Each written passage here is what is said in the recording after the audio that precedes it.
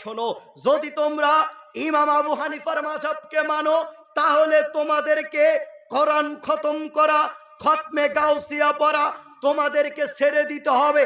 যদি তোমরা ইমাম আবু হানিফার মাযহাবকে মানো তাহলে তোমাদেরকে নতুন বাড়ি, নতুন গাড়ি, নতুন স্থান উদ্বোধন কেন্দ্র করে কোরআন খতম করা, খতমে গাউসিয়া পড়া ছেড়ে দিতে হবে।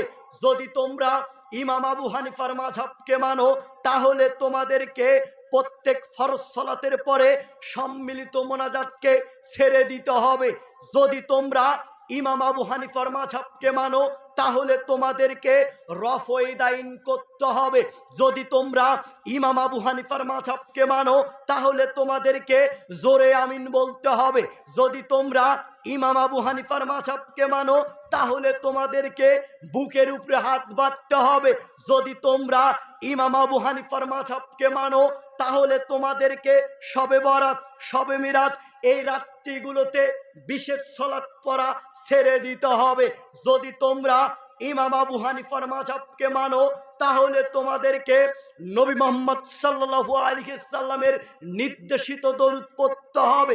নির্দেশিত দরুদ কি? নির্দেশিত দরুদ হলো দরুদে ইব্রাহিম। দরুদে ইব্রাহিম ছাড়া বাকি পৃথিবীতে যত দরুদ আছে সমস্ত দরুদ পড়া থেকে বিরত থাকতে হবে। যেমন দরুদে তাজ, দরুদে লাখি, দরুদে নারিয়া, দরুদে চিস্তিয়া, দরুদে নকশবন্দিয়া, দরুদে কাদরিয়া, দরুদে নকশবন্দিয়া, চিস্তিয়া, মুজাদ্দিদিয়া এই সমস্ত দরুদ তোমাদেরকে ছেড়ে দিতে হবে। যদি তোমরা ইমাম আবু হানিফার মাযহাবকে মানো তাহলে তোমাদেরকে এইটাকে ছেড়ে দিতে হবে। সেটা কি? তোমাদেরকে ছেড়ে দিতে হবে আজান দেওয়ার পূর্বে আসসালাতু আসসালামু আলাইকা ইয়া হাবিবাল্লাহ, আসসালাতু আসসালামু আলাইকা ইয়া নবী আল্লাহ এইটা বলা ছেড়ে দিতে হবে।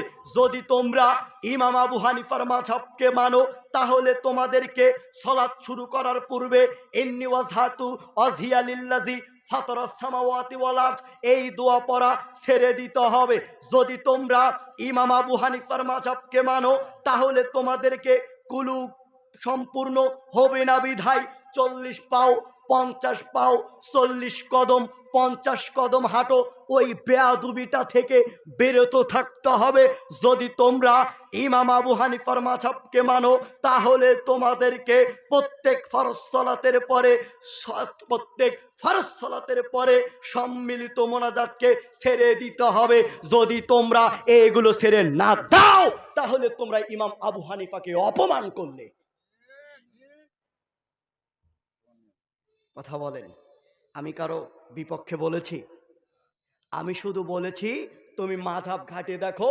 ইমাম আবু হানিফার মাযহাবের নাম হচ্ছে নবী মুহাম্মদ সাল্লাল্লাহু আলাইহি সাল্লামের মাযহাব।